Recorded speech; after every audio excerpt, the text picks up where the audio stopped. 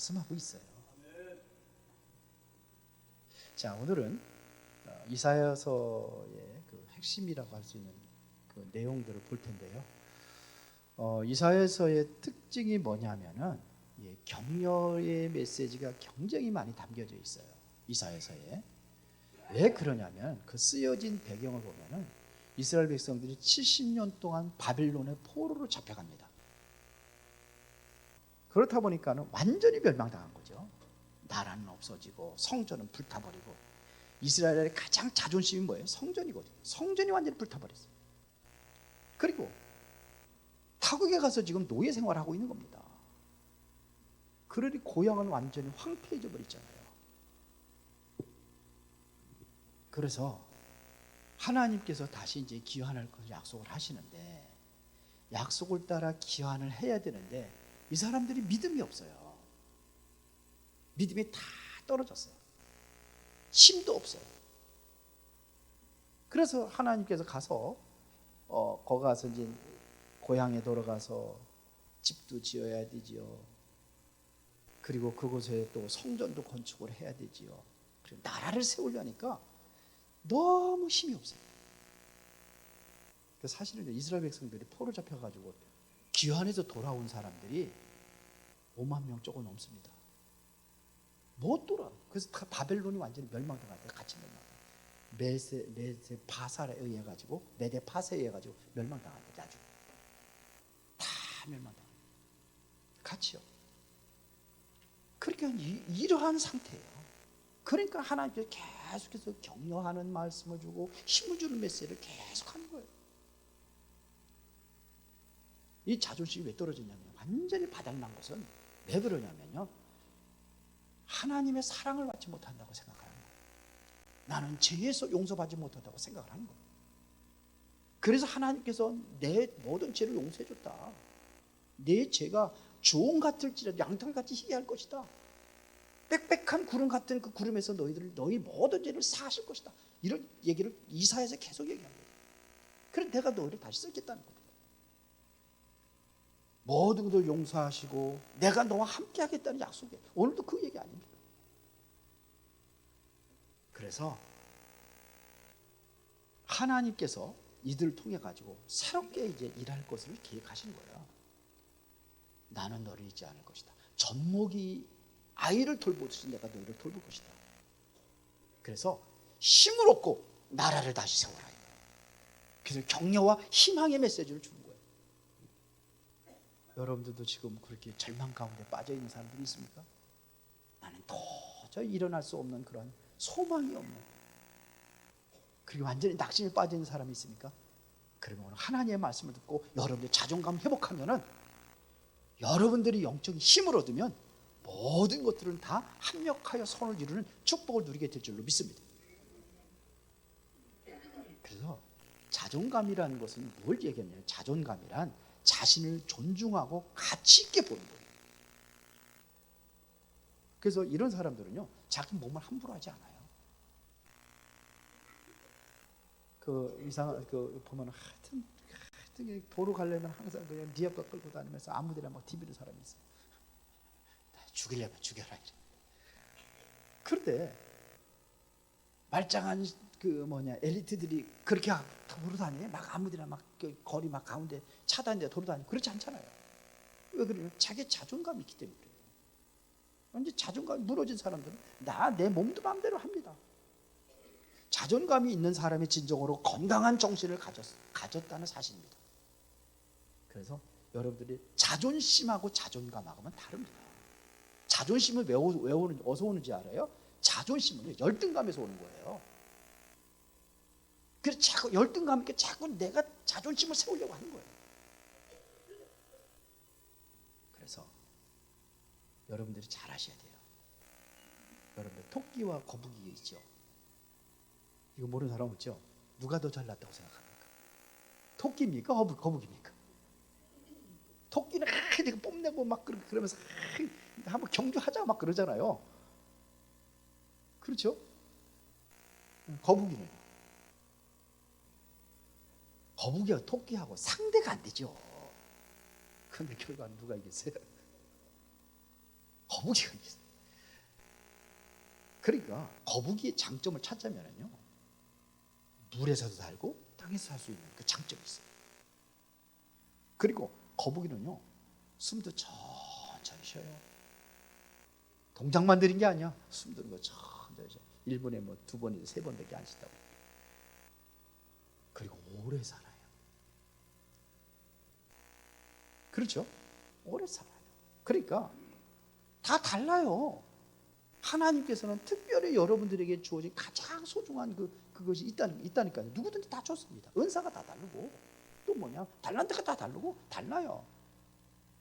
그런데 이 자존감을 가진 사람은 자기의 가지고 있는 실력을 완전히 100% 활용을 하는데, 자존감이 떨어진 사람은 완전히 실력은 100% 정도 이렇게 된다 할지라도 완전히 뭐예요? 추락이 돼가지고 아무것도 못해요. 자존감이라는 것은요, 자신에 대한 감정을 이야기하는 겁니다. 자기 존중감, 자기 정체성이 뚜렷한 사람을 이야기하는 겁니다. 정체감이 있어요. 이걸 가진 사람입니다. 그 여러분들은 잘 알아야 돼요. 내가 아는 나대로 살아가요. 그렇죠? 옛날에 양반 쌍놈 있을 때 양반은요, 아무리 먹을 것이 없어도요, 양반처럼 살아요. 쌍놈은요, 아무리 돈이 많아도 제멋대로 그냥 막 개차반처럼 살아. 옛날에 보니까 그러더라고요. 그때 시대 안 살아봐서 모르겠지만, 그게 뭐냐면 자기가 누구냐에 따라 가지고 그대로 살아가는 겁니다. 내가 못났다고 생각하면 못나게 사는 거예요. 잘났다고 생각하는 사람은 잘나게 산다니까요. 내가 잘났다고 하면은 자존감이 높아진 사람이에요. 여러분들은 누구 자녀입니까? 하나님의 자녀예요. 세상 사람들의 그런 하고 비교할 수 없는 하나님이 인정하는 하나님의 자녀예요. 그렇죠? 여러분들은 어느 나라의 시민권을 가지고 있어요?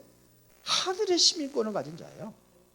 그래서 이러한 것들을 성경 보면 계속해서 여러분들을 뭘 높여주냐면 자존감을 높여주게 돼 있어요. 그래서 여러분들 신앙 믿음이 있으면 자존감이 높아지는 게 이게 당연한 거예요. 그렇죠? 맨날 세상 것 가지고서는, 그것 가지고 완전 자존감이 툭 떨어져 가지고 열등감에 빠지지 마시고, 하나님께서 그렇게 세웠다니까요. 자존감이 낮다는 것은 열등감에 빠져 있다는 겁니다. 자존감이 너무 낮아지면요, 어디가 되는지 알아요? 정신병도 와요. 자존감이 완전히 바닥에 떨어지면 정신병도 온다니까요. 그러면 아무것도 할 수 없어요. 이런 사람 하나님께 쓰임 받을 수 있어요, 없어요? 쓰임 받을 수 없어요. 옛날에 딸을 넷을 낳은 집사님이 계셔서, 그런데 어느 날 어떤 그 신도가 아들 낳아서, 아들을 낳았는데 목사님이 같이 신방을 가는 거예요. 신방을 가서 이제 그 예배 드릴 거 아닙니까? 이제 출생 예배를 드려주는데, 목사님이 이제 메시지 하고 그러면서, 뭐야, 아들 낳은 거 축하합니다, 막 그랬을 거 아닙니까? 서로 아들이 너무 이쁘다고 막 그렇게. 거기에서 가만히 듣던 집사님이 삐져가지고 집으로 갔어. 왜 그랬을까요? 목사님, 아들 낳은 거 귀하게 생각하고, 딸만 낳는 것은 아주 그냥 형편없는 사람을 본 것 같다. 이게 누가 하는 목사님 한 번도 그렇게 얘기한 적이 없는데, 이게 열등감이에요. 이게 이런 사람이 무슨 교회 일을 하고 하나님 일을 하겠냐. 여러분들은 열등감을 가진 자를 하나님께 쓸 수가 없어요. 그러므로 하나님께서 뭐래? 너는 강하고 담대하라. 내가 세상을 이겨노라. 벌지어다 세상 끝날까지 내가 너와 항상 함께 있겠다. 이런 메시지 들으면 자존감이 높아지는 게 정상이에요? 떨어지는 게 정상이에요? 하나님께 인정받은 건데, 내가 다른 세상 사람들도 인정받은 게 하나님부터 인정받은 사람인데, 그럼 자존감이 높아지게 돼 있어요. 그렇죠? 자존감이 높아지면은 인격도 좋은 인격을 가질 수 있어요. 왜? 내가 여유가 있으니까. 자신감이 생깁니다. 그러면 이 사람은 인간관계도 좋아져요. 이런 사람들이 믿음의 행사를 할 수 있어요. 자존감 회복합시다. 그러면 왜 자존감이 낮은 이유가 뭐냐? 왜 사람들이 자존감이 낮아진 이유가 뭐냐? 자신에 대한 부정적인 생각 때문에 그렇습니다. 나에 대해서 항상 뭐냐? 긍정적인 생각을 가진 게 아니라 부정적인 생각을 가지고 있어요. 늘 죄책감에 빠지고 쟤 때문에 열등감에 자꾸 빠지는 겁니다. 그러다 보니까 항상 뭘 봐요? 상처를 잘 받아요. 이런 사람들은 섭섭하고 좀 더 하면 조금만 이래도 그냥 돌아서고 이거를 삐진다고들 얘기를 하죠. 자꾸 이러면은요 안 되죠. 나는 못났다고 생각했기 때문에 스스로 내가 나를 미련하다고 생각하고 나는 부족하다고 생각하고 나는 무식하다고 생각하고 그렇게 되기 때문에 자존감이 떨어지는 거예요.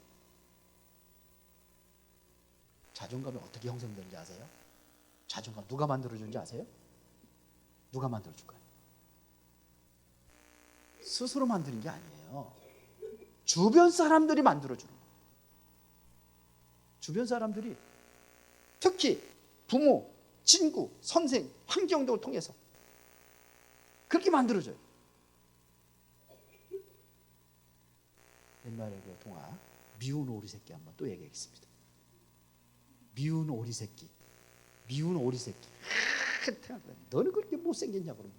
너는 왜 그렇게 띵뚱 이렇게 오리는 띵뚱거리면 걷는 거지. 너는 왜 그렇게 걸어? 너는 왜 이렇게 색깔이 그래? 하얀 색깔. 자꾸 그러니까 이게 원래는 백조죠. 백조인데 오리처럼 사는 거예요. 누가 그렇게 만들었습니까? 주변 사람들이 거기다가 또 뭐냐? 오리는 오리 또 미운 오리 새끼. 누가 만들었어요? 주변에서 만드는 거예요. 원래는 백조인데. 백조라 할지라도 완전히 본인은 백조인데 완전히 어떻게 살아요? 미운 오리처럼 살고 그거 따라가는 게 힘드니까 벅차니까는 맨날 그냥 지적받고 그렇게 살아요. 누가 그렇게 만들었어요? 오리들이. 우리 자녀들 누가 그렇게 만들었어요? 누가? 내가 그렇게 만들었어요. 주변 사람들이 자신에 대한 부정적인 생각, 이걸 주변 사람들이 갖게 하는 거예요. 그리고 뭐냐? 죄책감 때문입니다. 이스라엘 백성들이요, 지금 본인들 70년 동안 바벨론 포로로 잡혀갔으니까 어떻게 생각하냐면요, 하나님이 나를 버리셨다고 생각을 하는 거예요. 하나님 나를 버리셨다. 버림받은 감정을 가지고 있어요. 그러니까 자신감이 떨어지는 거예요. 그래서 돌아가라 그런데도 못 돌아가요. 너희 나라에 돌아가가지고 이제 너희들이 뭐냐면 성전도 건축하고 나라도 다시 회복하고 뭐 평생 동안 그 노예처럼 살아가시냐. 나라도 회복하고 네 집 자주 짓고 새롭게 살아라, 새롭게 시작하라. 그런데 못 가는 거예요. 뭐 때문이라고요? 자존감이 떨어졌습니다. 특히 우리 아이들 소중하잖아요. 아이들의 자존감을 키워줘야 됩니다. 자존감을 누가 만든다고 그랬어요? 타인이 만드는 거예요. 자존감을. 특히 첫 번째 타인이 누구냐? 부모입니다. 부모님이 키우는 거예요. 칭찬과 격려 속에서 아이가 자라면요, 사람이 변화되게 되어 있어요. 근데 자꾸 옛날에 보니까 저주에, 어렸을 때만 해도 저주의 말을 부모님들이 그렇게 저도 많이 들었어요. 근데 이만치 된 게 다행이야. 얼마나 저주 퍼붓는 중이냐. 연병할 놈이라. 저 부산 쪽에는 새가 10,000발이나 빠져 죽을 놈이라고 그런다. 그게 무슨 새? 새가 혀요. 그래서 그렇게 사는 그쪽에는 자살하는 사람이 많다고. 그래서 옛날에 왼병이 그렇게 많이 걸렸대요. 맨날 저주스러웁니다. 축복의 말을 합시다. 내 입술의 말에 내가 얽혔고 사로잡혔느니라 그랬어요. 성경은 썩을 놈? 썩을 놈이 별거 다 나오네. 많이 들어본 거죠. 뇌에 담겨있는 게 나오는 겁니다. 이렇게 되면은요, 어떻게 되겠습니까? 아이들이요, 제가 저번에도 얘기했잖아요. 90점 받은 아이가 있는데 부모님이 자꾸 뭐냐면 너 조금 처음에 조금 더 노력하면 너도 이제 95점 100점 맞을 수 있으니까 좀 더 노력해봐. 근데 이 아이는 또 시험 보면 90점, 또 보면 또 90점. 그러니까 엄마가 있다가 야, 너 누구 닮아서 그래? 머리통이 안 좋냐? 누구 닮아서? 네 아빠 닮았다는 얘기죠. 그러니까 이 아이는 뭐예요? 자꾸 그런 소리 들으니까는 엄마가 어떤 하도 그러니까 돌대가리라서 그래. 얘는 돌대가리처럼 사는 거예요. 누가 만들어줬어요? 엄마가. 근데 한 아이는 90점 받으니 이야 너 어떻게 90점 받았냐고. 너 아주 그냥 머리가 아주 최고라고. 너 네 머리 보니까 내 닮았냐 뭐라고. 잘한다. 이렇게 계속 90점 맞아. 계속 칭찬해 줍니다. 그래, 이 정도면 됐어. 그렇게 자꾸 했어요.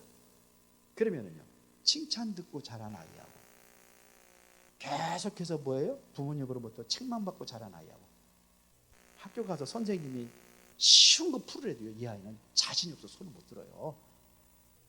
칭찬받은 아이는 뭐예요? 제자자 하면서 손 들어요. 자신이 있어요. 누가 만들었어요? 부모가 만드는 거예요. 이게 그 두 번째 의미는 다음에 친구하고 선생님. 어떤 아이, 이거 개그맨 중에 누군지 기억 안 나면 제 옛날에 들었어요. 이 아이는 공부도 못해.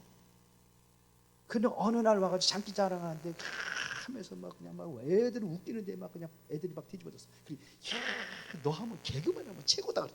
그 소리 듣고 개그맨 됐대요. 친구, 선생님, 애들 선생님 만나는 것도 굉장히 중요합니다. 이게 만남이에요. 그렇죠? 여러분들이 강단 말씀을 계속 듣고 그 말씀을 묵상하면은 여러분의 자존감이 높아지게 되어 있어요. 성경 말씀이기 때문에, 하나님 말씀이기 때문에 그래요. 히브리서 11장 6절에 보니까 믿음이 없이는 하나님을 기쁘시게 못하다. 하나님께 나아가는 자는 반드시 그가 계신 것과 또한 그가 자기를 찾는 자들에게 상 주시는 이심을 믿어야 하지. 그게 믿음의 역사입니다. 자꾸 성경에서 격려하고 인정해주고, 그래서 여러분들이 그렇게 살아야 돼요. 칭찬을 잊지 말아야 되는 거예요. 자꾸 지적하고 책망하고. 근데 저도 그 보면은 우리 다은이한테 자꾸 그러더라고요. 그 저도 좀 이거 바꿔야 되는데. 그럴 때 있어요. 근데 사랑하고 인정해주고, 인정해줄 때는 막 인정해주는 거예요. 격려하고. 그런 변화가 일어나게 돼 있습니다. 아이들도 충분한 사랑을 받은 아이들은 달라요. 그러나 부모님으로부터 다 구박받고 책망받고 하는 애들은 또 그 아이들은 뭔가 좀 많이 자존감이 떨어지고 낙심이 있고 그렇습니다. 열등감에 빠져 있습니다. 양부모의 사랑을 받고 자란 아이하고 그렇지 못한 아이하고는 천지 차이입니다. 이게 전 뭐냐면요, 이게 환경의 중요성이에요. 그렇게 만들어주는 겁니다. 우리가 그렇게 만들어줘야 돼요. 우리 후대들에게 이렇게 만들어줘야 돼요. 교회에서도 마찬가지입니다. 아이들 뭐 조금 잘못하면 지적하고 왜 그러냐고 막 그냥 막 야단치고 그런 게 아니라 즉 위로하고 격려해주는 여러분들이 됩시다. 가정에서뿐만 아니라 교회에서도 마찬가지예요. 후대들에게. 그래서 잘한다고 칭찬 말이 아끼지 마시고 해주시기 바랍니다. 세 번째입니다. 중요합니다. 어디서 우리가 자존감을 가져야 되느냐? 믿음 안에서 자존감을 가져라 이겁니다. 여러분들이 가장 중요한 것이 네 가지 얘기할 건데요. 첫 번째가 뭐냐? 선택의 확신입니다. 이사야 43장 1절에 보니까 야곱아 너를 창조하신 여호와께서 지금 말씀하시니라 이스라엘아 너를 지으신 이가 말씀하시니. 그러면 뭐래? 내가 너를 구속하였고 내가 너를 어떻게 지명하여 불렀나니 너는 내 것이라. 여러분들이 누구의 것이에요? 하나님의 것이에요. 그게 이게 예수님께서 하나님께서 지금 말씀하시는 겁니다. 지금요. 구원받은 자는 하나님으로부터 선택받은 사람이에요. 지명해서 선택해서 부름받은 자다 이런 얘기입니다. 데살로니가전서 1장 4절 5절에 보니까 하나님의 사랑하심을 받은 형제들아 너희를 택하심을 아노라. 택한 하나님께서 택한 것을 바울이 얘기하는 겁니다. 내가 너희들 선택한 걸 안다. 이는 우리 복음이 너희에게 말로만 이런 것이 아니라 또한 능력과 성령과 큰 확신으로 된 것입니다. 우리가 너희 가운데서 너희를 위하여 어떤 사람이 된 것은 너희가 아는 바와 같으니라. 사도행전 13장 48절에 보니까 이방인들이 듣고 기뻐하여 하나님의 말씀을 찬송하며 영생을 주기로 작정된 자들은 다 믿더라. 하나님께서 여러분들을 창세전부터 영생을 주기로 작정하셨어요. 바울이 고백했잖아요. 창세전에 그리스도의 나를 선택하셨다. 영생을 주기로 하나님께서 미리 작정하셨어요. 그렇게 하나님의 시간표가 어느 날 여러분들을 부르신 거예요. 그렇게 믿으십니까? 여러분들 열등감이 치유받으려면 언제 이게 치유가 되느냐면 구원받을 때 치유가 된 거예요. 하나님의 사랑 받을 때, 이 사랑을 할 때 이게 열등감이 치유가 시작이 되는 거예요. 하나님의 사랑을 할 때, 특히 하나님께 나를 선택했다는 사실을 할 때, 야곱한테 얘기하는 거예요. 야곱이 됐다가 이스라엘이 됐다. 야곱은 옛날 이름이잖아요. 그렇죠? 야곱이라는 것은 뭐예요? 사기꾼 같은 그런 이름이에요. 그 야곱은 참 이름대로 그렇게 살았어요. 살살 그 형 꾸여가지고서는 거짓말 시켜가지고서는 그래가지고 팥죽 한 그릇에 그냥 장자명분을 살짝 뺏어버리고 아버지한테 가서 또 내가 애서라고 때 그냥 털 같은 거 이렇게 두르고 목에도 두르고 그러다가 애서라고 이렇게 그렇게 살았어요. 외삼촌 집에 가서 맨날 그냥 속여가지고. 그런데 하나님께서 이스라엘을 바꿨어요. 이스라엘. 이스라엘 나라가 뭐냐? 야곱의 이름이에요. 이스라엘. 이 이스라엘입니다. 선택받은 자는요, 자존감이 높아지게 돼 있어요. 그리고 하나님의 기준으로, 우리 사람의 기준하고 달라요. 하나님의 기준으로 선택한 겁니다. 달라요. 하나님의 나를 그렇게 만들으셨단 말입니다. 그래서 여러분들은 누구의 것이에요? 하나님의 것이에요. 너는 내 것이라고 지명하여 불렀단 말입니다. 여러분들은 어디에 있냐? 하나님 안에 소속감을 가지고 살아가는 겁니다. 최고의 두려움이 뭔지 아세요? 버림받았다는 것입니다. 최고의 두려움이 버림받았다는 것입니다. 아이들이 출생하면은 제일 먼저 뭐 하죠? 백에서 태어나면 뭐예요? 예? 행동이 무슨 울어요. 근데 왜 우느냐? 심리학자들이 연구를 해가지고 발표한 것이 왜 우느냐? 가르쳐 줄까요? 엄마하고 나하고 분리됐다는 두려움 때문에 온대요. 엄마하고 나하고 분리됐다는 두려움 때문에. 우리 뭐 호흡하려고 온다고 그러는데 꼭 물에 호흡합니까? 그럼 여러분 호흡할 때마다 맨날 울어야지 그럼. 엄마하고 나하고 떨어졌다는, 분리됐다는 두려움 때문에. 그러니까 최고의 두려움이 뭐냐면 분리되는 거예요. 버림받았다는 겁니다. 아이들이 보면은 엄마하고 다 이렇게 같이 살다가 언젠가 당분간 엄마하고 떨어질 때잖아요. 그래서 하루 종일 떨어져 있으면요, 이 아이는요, 그때부터 달라져요. 어떻게 살죠? 엄마만 어디 가요? 화장실만 가도 따라. 왜요? 버림받을까? 떨어질까? 이게 최고의 두려움이래요. 선택은요, 하나님의 은총으로 되어진 겁니다. 하나님의 선택은, 하나님의 은총 가운데 선택받은 것은 취소되지 않습니다. 절대로 취소되지 않습니다. 하나님 앞에 한 번 구원받은 것은 영원히 취소되지 않습니다. 로마서 11장 29절에 보니까 하나님의 은사와 부르심에 후회하심이 없느니라. 부른 것에 대해서 후회하심이 없어요. 하나님은 나를 절대로 버리지 않아요. 내가 버리지.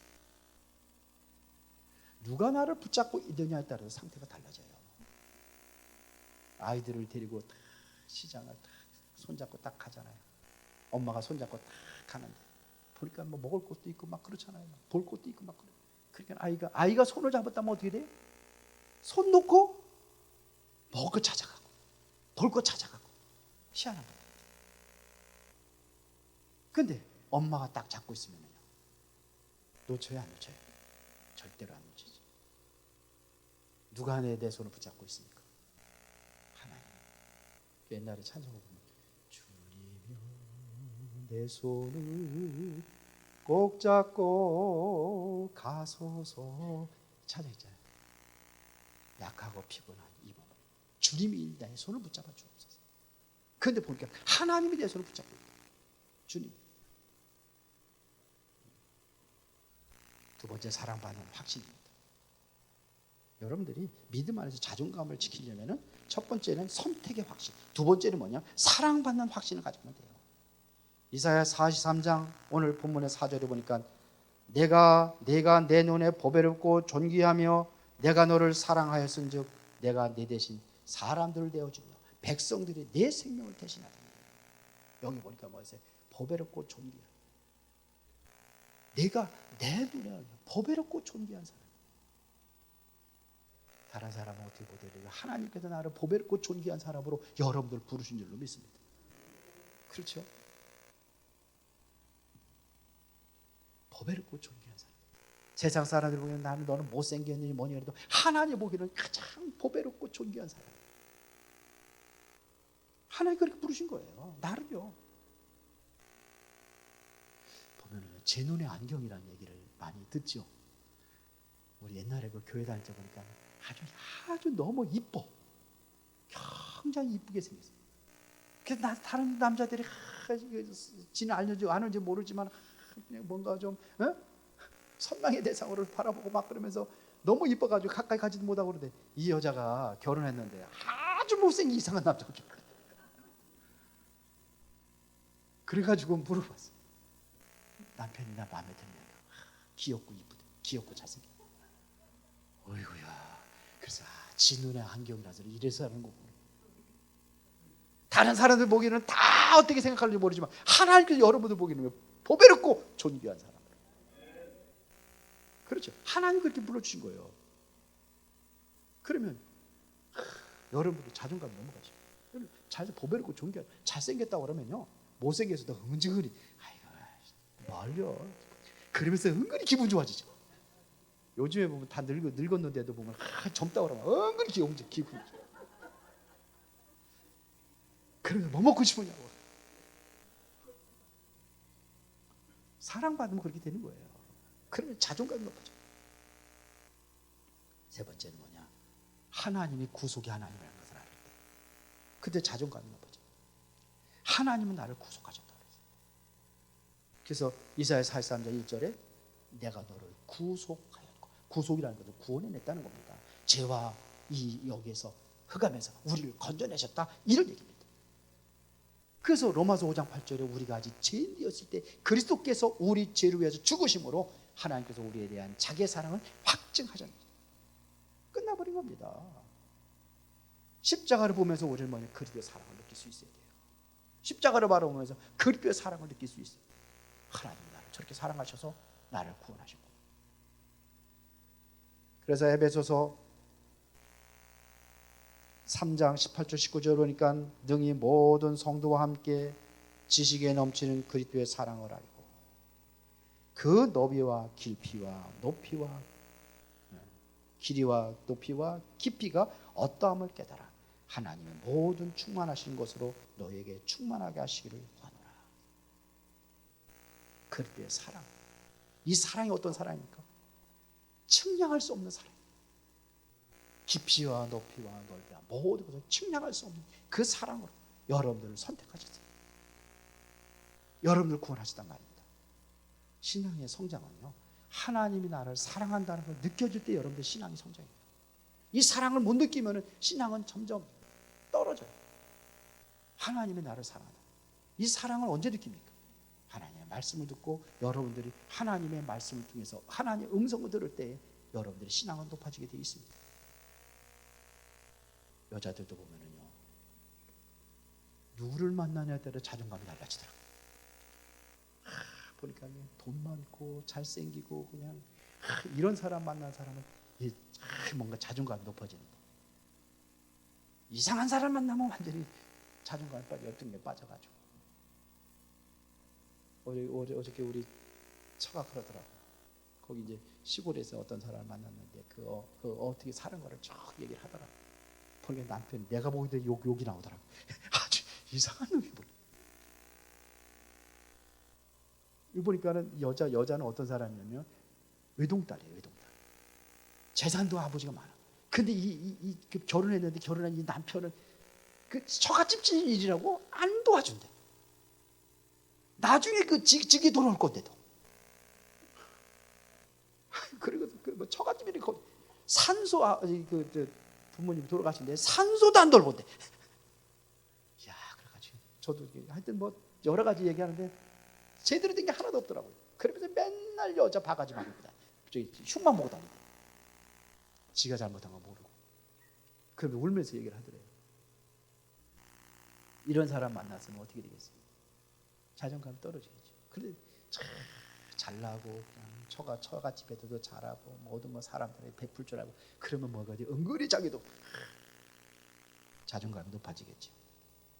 그렇죠? 하나님이 여러분들을 사랑하십니다.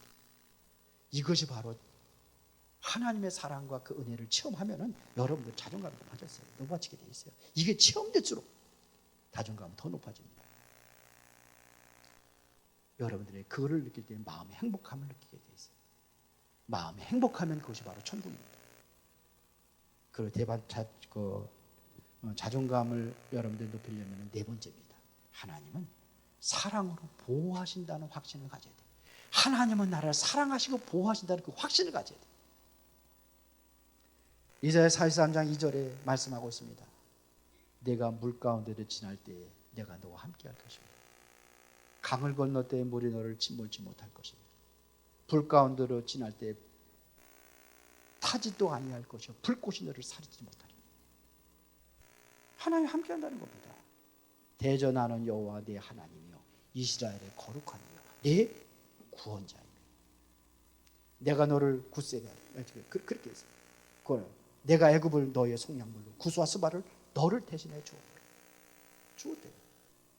그 앞절에 이사야서 41장 10절에 보니까 두려워하지 말라. 내가 너와 함께하리라.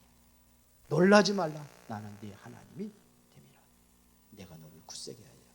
참으로 나의 의로운 오른손으로 너를 붙들리라. 의로운 오른손으로 붙들리라. 홍해바다를 이스라엘 백성들이 건너잖아요. 애굽의 군사들이 막 또 이스라엘 백성들을 잡으려고 쫓아오고 홍해바다를 건널 때 홍해바다 그 이스라엘 백성들을 가지고 얼굴 보고서는 잘생긴 사람들만 건넜어요? 못나고 잘나고 아무 상관없이 100% 다 하나님 백성들 다 건졌어요. 이스라엘 백성들을 잡으러 쫓아오는 애국 군사들은요, 잘나고 똑똑하고 못나고 상관없이 다 물에 빠져 죽었어요. 맞습니까? 내가 못된 짓을 많이 했는데도 하나님께서 나를 사랑하시고 나를 선택하셨습니다. 그러면서 말씀하십니다. 두려워하지 말라. 내가 너와 함께 하리라. 놀라지 말라. 나는 네 하나님이 됨이라. 그렇죠. 하나님, 그분이 하나님, 나의 하나님이신 겁니다. 내가 너와 함께 하리라. 결론입니다. 자존감이 높아지면 어떻게 되느냐? 하나님께 그때부터 쓰임받게 되어 있습니다. 자존감이 높은 사람들을 하나님께 쓰시는 거예요. 그리 여러분들이 확신을 가져요. 오늘 말씀에 대한 확신을 가져야 돼요. 야곱에게 했던 이 말씀이 내게 한 말씀이라는 확신을 가져야 됩니다. 뭘 위해서? 하나님의 영광을 위해 쓰임받게 되어 있어요. 그리고 이사야 43장 7절에 보니까 내 이름으로 불려지는 모든 자 곧 내가 내 영광을 위해 창조한 자로 오게 하라. 이들을 내가 지었고 만들어내리라. 하나님의 영광을 위해. 믿습니까? 하나님의 영광을 위해 쓰임받는 거예요. 두 번째, 이사야 41장 14절에 보면 이렇게 되어 있습니다. 버러지 같은 너 야곱아, 너희 이스라엘 사람들아 두려워하지 말라. 나 여호와가 말하노니 내가 너를 도울 것이라. 네 구속자는 이스라엘의 거룩한 이이니라. 버러지 같은 너 야곱아 그랬는데요, 그 전에 성경에는 뭐라면 지렁이 같은 너 야곱아 그랬어요. 지렁이라고 표현했습니다. 모든 동물 중에 가장 약한 동물이 어떤 동물이냐? 전 지렁이라고 생각을 해요. 이빨이 있습니까? 눈이 있습니까? 코가 있습니까? 다리가 있습니까? 잘하는 거 하나도 없어요. 하나 잘하는 거 있어. 꿈틀거리는 거. 그거 외에는 잘하는 거 다 아무것도 없어요. 근데 하나님께서 지렁이 같은 너야, 너 이스라엘아, 두려워하지 말라. 뭐 했어요? 나 여호와가 말하니 내가 너를 도울 것이라. 하나님 도와주시면 돼요. 그러면서 14절에 뭐라고 했습니까? 15절에 보라, 내가 너로 이가 날카로운 새 타작으로 삼으리니 내가 산들을 쳐서 부스러기를 만들리. 아니, 지렁이 이빨도 없는데 뭘 만들어요? 날카로운 새 타작기로 삼으리. 내가 산들을 쳐서 부스러기를 만들 것이며 작은 산들을 겨같이 만들 것이라. 부족하지만 하나님이 나를 쓰신다는 얘기입니다. 그래, 여러분들 보통 사람이 아니에요. 버러지 같은, 지렁이 같은 나를 타작기기로 쓰신다. 여러분들 보통 사람이 아닙니다. 나는 특별한 사람입니다. 왜요? 하나님으로부터 선택받은 사람이기 때문에. 그렇죠? 지렁이 같아도 상관없어요. 버러지 같아도 상관없어요. 하나님께서 그런 자를 들어서 절대 불가능한 것을 가능하게 하는 그런 역사를 일으키기 때문에 그렇습니다. 자존감이 좀 회복됩니까? 그럼 기도하겠습니다. 하나님, 감사합니다. 지렁이 같은 나를 하나님께 선택하시고 하나님께서 마지막 때에 귀하게 쓰임받기를 원하여 능력으로 함께하고 계심을 믿습니다.